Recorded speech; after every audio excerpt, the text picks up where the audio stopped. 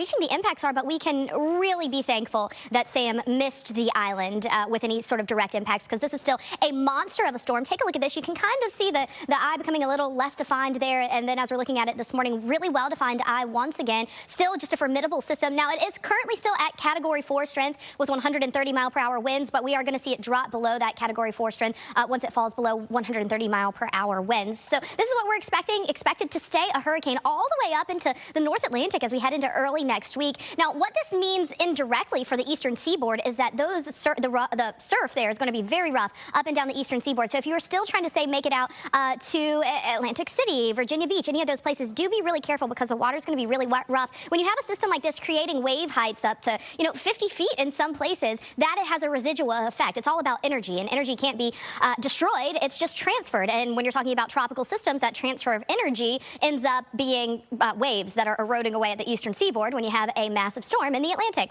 Well, what's this? You can see a little swirly, but that's not looking so impressive, right? That is Victor. Victor is definitely not looking impressive this morning. It's kind of displaced and unsettled. We've got the center of circulation at the surface, displaced from the center of circulation as you go in the upper atmosphere. So Victor is really struggling right now. The forecast for Victor is for it to continue to kind of lose steam as it moves northwestward through the Atlantic and then kind of just die out, and we'll be done with Victor. So here's what we're looking at.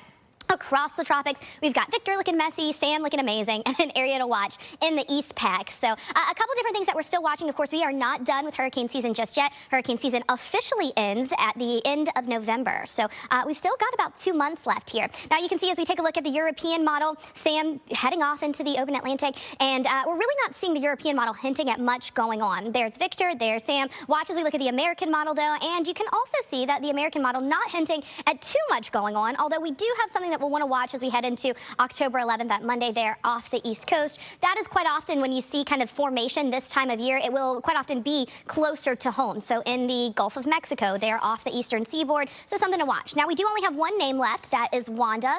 If and when, I would bet we do use Wanda. So when we use the name Wanda, we will go to a supplementary list of names. You can see in October, that is when we still see 20% of the named storms and hurricanes that we see during a hurricane season. Farther north now and go to, say, Chicago. Good morning, Chicago. Happy Saturday. Starting out with some cloudy skies this morning. You can see as we look at the camera there, but you guys are going to have a better chance for rain later on in the day. So if you're headed out to the Food Truck Fest that's going on there in Chicago this weekend, the early part of your Saturday is going to be your best bet. You can already see some showers starting to move in there across portions of northern Illinois, and we've got quite a bit of rain as you look across Kansas, Missouri, and southern Illinois, even moving into western Indiana. So here's what you can expect throughout your day. We're going to see this filling in. It's just going to kind of dot the map. Really, it's just a smattering of storms. It's not any defined line of storms, but anywhere across the Mississippi Valley, especially the upper Mississippi Valley, through the Ohio Valley toward the Great Lakes, we've got that chance for some showers and storms. Some of those are going to have some lightning and thunder with them, so you can be outside in some light showery activity, but you don't want to be outside if it is lightning and thundering. So in Minneapolis, you can see afternoon storms here with some showers overnight. Sunday is going to be your better day, though. It's going to be drier if you want to do something there in the Twin Cities. Let's take a look at it, timing it out for you. Those showers and storms building in from the northeast through Minneapolis, and you can see that's going to start to clear out eventually as we head into Sunday morning.